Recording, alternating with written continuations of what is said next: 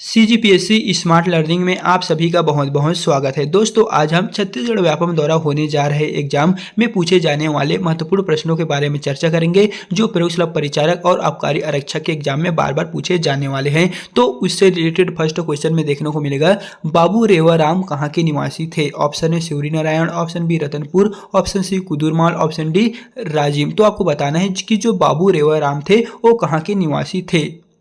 तो इसका सही आंसर है ऑप्शन नंबर बी रतनपुर। बाबू रेवाराम जो थे वो रतनपुर के ही निवासी थे। फिर नेक्स्ट क्वेश्चन है, ठाकुर जगमोहन सिंह की रचना कौन सी है?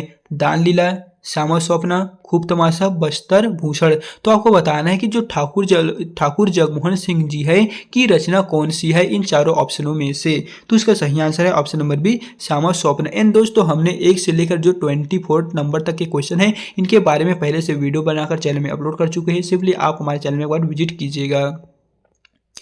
फिर यहाँ पर 3rd नंबर का क्वेश्चन या फिर 26 नंबर के क्वेश्चन में देखने को मिलेगा, हल्बी किस भाषा परिवार से संबंध रखते हैं? आर्य, द्रविड़, मुंडारी, इनमें से कोई नहीं। तो आपको बताना है जो हल्बी भाषा है वो इन चारों ऑप्शनों में से कौन से भाषा परिवार से हैं। तो हो जाएगा ऑप्शन नंबर ए आर्य। आर्य भाषा परिवार से संबंधित जो है वो हल्बी लैंग्वेज है। फिर नेक्स्ट क्वेश्चन है, बस्तर दशहरा के आयोजन की कुल अवधि कितने दिन की होती है? बस्तर में दशहरा का आयोजन किया जाता है, तो आपको बताना है कि उसका जो अवधि होता है वो कितने दिनों तक चलता है। 105 दिन, 15 दिन, 70 दिन, 75 दिन। तो फ्रेंड्स 27 नंबर का करेक्ट आंसर है ऑप्शन नंबर डी 75 दिन। बस्तर में जो दशहरा का आयोजन किया जाता है वो लगभग 75 दिनों तक ही चलता है। पंडवानी लोकगीत में प्रयुक्त होने वाला प्रमुख वाद्य यंत्र निम्न में से कौन सा है? पंडवानी गीतों के समय एक वाद्य यंत्र वहां पर प्रयुक्त किए जाते हैं, एक नहीं मतलब कई वाद्य यंत्र प्रयुक्त किए जाते हैं, लेकिन पंडवानी लोकगीतों में जो प्रयुक्त होने वाला प्रमुख वाद्य यंत्र होता है वो कौन सा होता है? अलगोजा, खड़ताल, मांदर, मोहरी। तो इसका सही आंसर हो जाएगा ऑप्शन नंबर बी खड़ताल। खड़ताल ही वह प्रमुख वाद्य यंत्र है जो पंडवानी लोकगीत में प्रयुक्त होते हैं। हालांकि होने के लिए वहां पर तो और कई वाद्य यंत्र प्रयुक्त होते हैं, लेकिन ये जो है वो प्रमुख वाद्य यंत्र है। मध्य क्षेत्र आदिवासी विकास प्राधिकरण का गठन कब हुआ था? वर्ष 2017 में, वर्ष 2018 में, वर्ष 2019 में, वर्ष 2020 में। तो मध्य क्षेत्र आदिवासी विकास प्राधिकरण का जो गठन हुआ था वो हुआ था वर्ष 2019 में। ऑप्शन नंबर जो सी है वो करेक्ट है 2019। फिर यहाँ पर 30 नंबर का क्वेश्चन है, भारत सरकार ने किस वर्ष पीटीजीएस का पुनः नामकरण पीवीटीजीएस किया था? यानी कि आपको बताना है कि जो भारत सरकार ने पीटीजीएस था उसका नामकरण पीवीपीटीजीएस रख दिया था, तो कौन से वर्ष में किया था?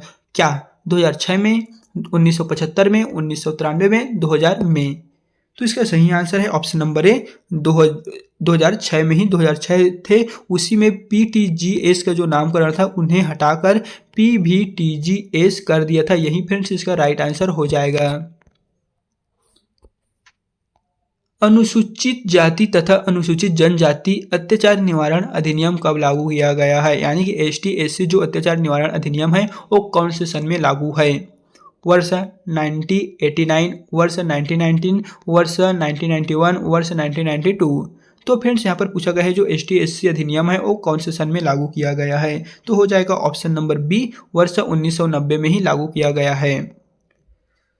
छत्तीसगढ़ राज्य की किस जनजाति को हरबोला भी कहा जाता है? आपको उस जनजाति को फाइंड आउट करना है जिस जनजाति को हरबोला के नाम से भी जाने जाते हैं। रायपुरिया देवार, अंजारा, अहीर, बसदेवा।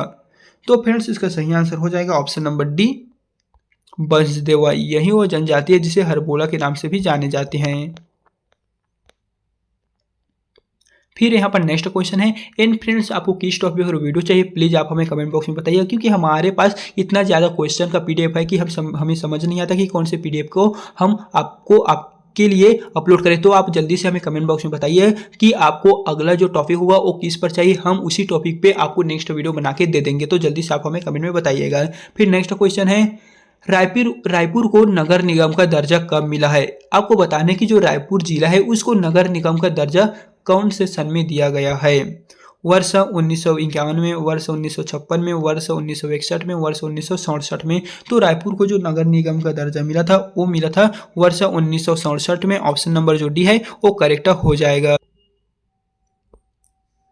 दिसंबर 2011 में छत्तीसगढ़ में जिलों की संख्या कितनी थी? आपको बताना है कि 2011 में छत्तीसगढ़ में कितने जिले थे?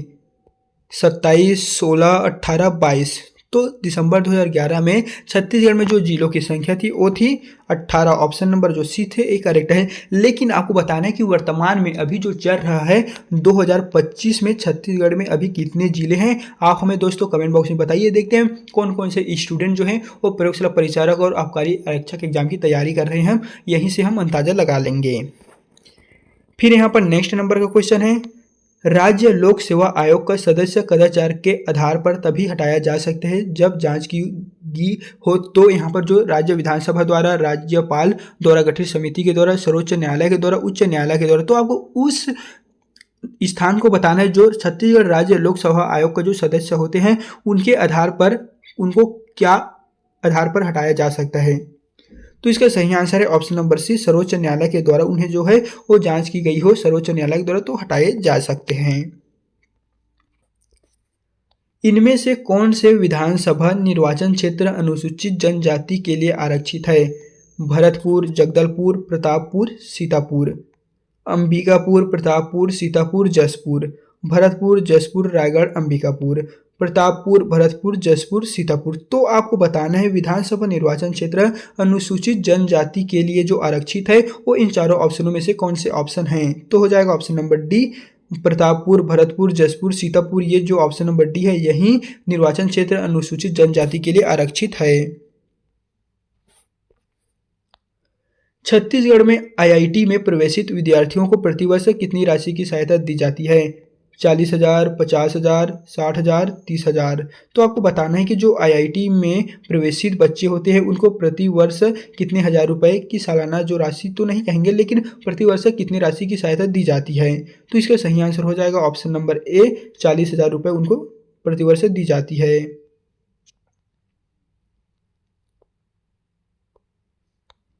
छत्तीसगढ़ राज्य के सकल घरेलू उत्पाद में 12वें पंचवर्षीय योजना में स्थिर मूल्यों पर औसत वार्षिक आर्थिक वृद्धि दर क्या है अनुमानित की गई है? जो अनुमानित की गई है वो आपको बताना है। 7.13%, 7.23%, 7.33%, 7.43%। तो दोस्तों 38वें नंबर का करेक्ट आंसर हो जाएगा ऑप्शन नंबर बी, 7.23% है वो इसका सही आंसर हो जाएगा। छत्तीसगढ़ सरकार की नई औद्योगिक नीति का संबंध किस अवधि से है? वर्ष 2017 से 22, वर्ष 2018 से 23, वर्ष 2019 से 24, वर्ष 2024 से 30। तो फ्रेंड्स आपको बताना है कि छत्तीसगढ़ सरकार की नई औद्योगिक नीति का जो संबंध है वो किस अवधि से है। तो इसका सही आंसर है ऑप्शन नंबर सी, वर्ष 2019 से 24 जो अवधि है वही इसका राइट आंसर हो जाएगा। बजट 2024-25 राजस्व व्यय की जो राशि है वो कितनी है? ऑप्शन ए है 1,47,500 करोड़ रुपए, 1,21,501 करोड़ रुपए और ऑप्शन सी में आपको देखने को मिलेगा 1,25,001 करोड़ रुपए। ऑप्शन डी है 1,24,840 करोड़ रुपए। तो इसका सही आंसर हो जाएगा option number D, 1,24,840 option crore रुपए है, यही friends option number D correct है। फिर है महिला किसान सशक्तिकरण योजना का जो उद्देश्य है वो क्या है? यहाँ पर आपको ऑप्शन देखने को मिलने वाले हैं। घरों में भोजन और पोषण सुनिश्चित करना, महिलाओं के लिए सेवाओं और इनपुट तक बेहतर पहुंच सुनिश्चित करना, महिलाओं की प्रबंधीय क्षमताओं में सुधार करना। तो आपको बताना है कि कौन सा जो ऑप्शन है वो सही है महिला सशक्तिकरण योजना के संबंध में। केवल तीसरा सही है, केवल फर्स्ट सही है, दूसरा और तीसरा सही है या सभी के सभी सही हैं? तो इसका सही आंसर है उपरोक्त डी, सभी के सभी सही हैं। महिला किसान सशक्तिकरण परियोजना का जो उद्देश्य होते हैं वो घरों में भोजन और पोषण सुनिश्चित करना, हाँ ये भी है। महिलाओं के लिए सेवाओं और इनपुट तक बेहतर पहुंच सुनिश्चित करना, हाँ ये भी सही है। महिलाओं की प्रबंधकीय क्षमताओं में सुधार करना। हाँ दोस्तों, हमने जो क्वेश्चन आपको फर्स्ट, सेकंड, थर्ड ये जो 3 ऑप्शन क्वेश्चन का बताए हैं ये तीनों के तीनों सही हैं। ऑप्शन डी हम सत्य मानेंगे।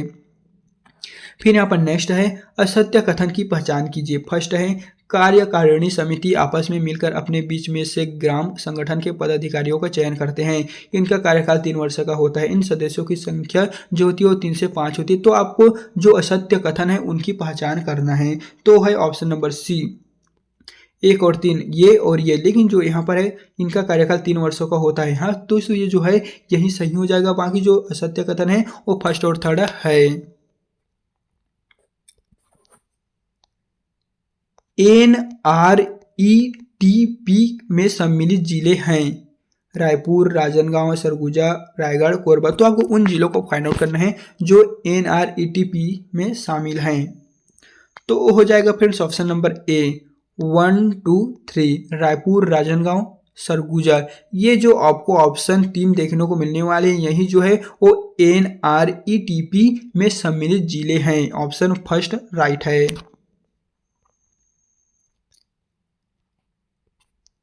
हरित क्रांति के संबंध में सही कथन चुनिए। हरित क्रांति शब्द का सबसे पहले प्रयोग 1968 में किया गया। हरित क्रांति शब्द का प्रयोग विलियम गॉन द्वारा किया गया। नॉर्मन बोरलॉग को हरित क्रांति का जनक कहा जाता है। तो आपको बताना है कि उपरोक्त जो 3 कथन दिए गए हैं कौन कौन से जो हैं वो हरित क्रांति के संबंध में सही समानता रखते हैं। तो इसका सही आंसर है ऑप्शन नंबर सी, सभी कथन सही हैं। हरित क्रांति के संबंध में जो ऑप्शन चुनिए लिखा है तो ये फर्स्ट, सेकंड, थर्ड, ये जो 3 ऑप्शन हैं ये दोस्तों तीनों के तीनों जो है वो 100% करेक्ट हो जाएगा। फिर नेक्स्ट क्वेश्चन है, नीचे दिए गए कथनों में से सही कथन चुनना है। हरित क्रांति का पहला चरण तीसरी पंचवर्षीय योजना में शुरू हुआ था। सेकंड है, इसके परिणाम स्वरूप भारत विश्व के सबसे बड़े कृषि उत्पादक देश के रूप में स्थापित हुआ। इसके परिणाम स्वरूप गेहूं का उत्पादन लगभग 2.5 गुना से अधिक बढ़ गया। तो आपको बताना है कि इनके संबंध में जो है वो कौन कौन से जो कथन है वो सही हो जाएगा। तो इसका सही है दोस्तों तीनों कथन सत्य है, यानी कि जो यहाँ पर दिया गया है नीचे दिए गए कथनों से चुनाव करना तो तीनों सही हैं। लेकिन फ्रेंड्स हम आपको यहीं पर एक और ध्यान देने वाली बात बताते हैं। इस तरह का अगर आपसे कूट वाला जो क्वेश्चन पूछा जाएगा तो आपको अगर आपको कुछ भी समझ ना आए तो आपको सबसे लास्ट में देखने को मिलेगा तीनों कथन सत्य है या उपरोक्तों में से सभी। इस तरह के क्वेश्चन को टिक मार देना है, क्योंकि हमने अभी तक आपको जितने भी क्वेश्चन पढ़ाए हुए हैं उन सब में कूट वाला क्वेश्चन तो आया ही है, लेकिन इसका जो करेक्ट आंसर होता है वो तीनों के तीनों कथन जो है वो सत्य वाला ही होता है। तो हम यही कहेंगे अगर आपको कुछ भी समझ नहीं आ रहा होगा तो आप तीनों जो कथन सत्य है इसी वाले ऑप्शन को आप टिक करके एक बार देखिएगा। आप और अपने ओर से भी दिमाग लगा के आप देख सकते हैं।